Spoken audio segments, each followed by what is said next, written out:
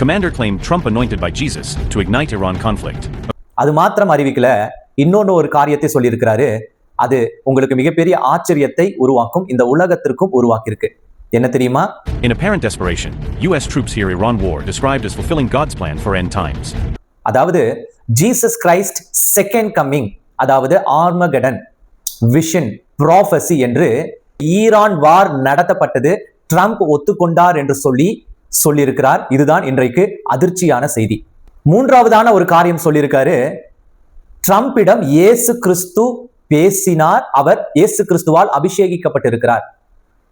இது ஒரு பரிசுத்த யுத்தம் என்று சொல்லி அறிவித்திருக்கிறார். இதை குறித்து தான் இந்த காணொலியில நாம பேசவிருக்கிறோம், பார்க்கவிருக்கிறோம். இந்த செய்தியை குறித்ததான முழுமையான காரியத்தை இந்த காணொலியில பேசியிருக்க லிங்க் கீழே கொடுக்கப்பட்டிருக்கு. உடனடியா போய் பாருங்க. ஒரு புரிதலை நீங்க தெரிஞ்சுக்கணும், ஒரு புரிதலுக்குள்ள நீங்க வந்துடணும். நம்மை சுற்றி இருக்கிற காணொலிகள் நமக்கு கமெண்ட்ரி சொல்லிட்டு இருக்கும். இந்த காணொலி உங்களுக்கு உண்மையை சொல்லும். நிச்சயமா இந்த காணொலி உங்களுக்கு உதவும். வாங்க காணொலிக்குள்ள போகலாம்.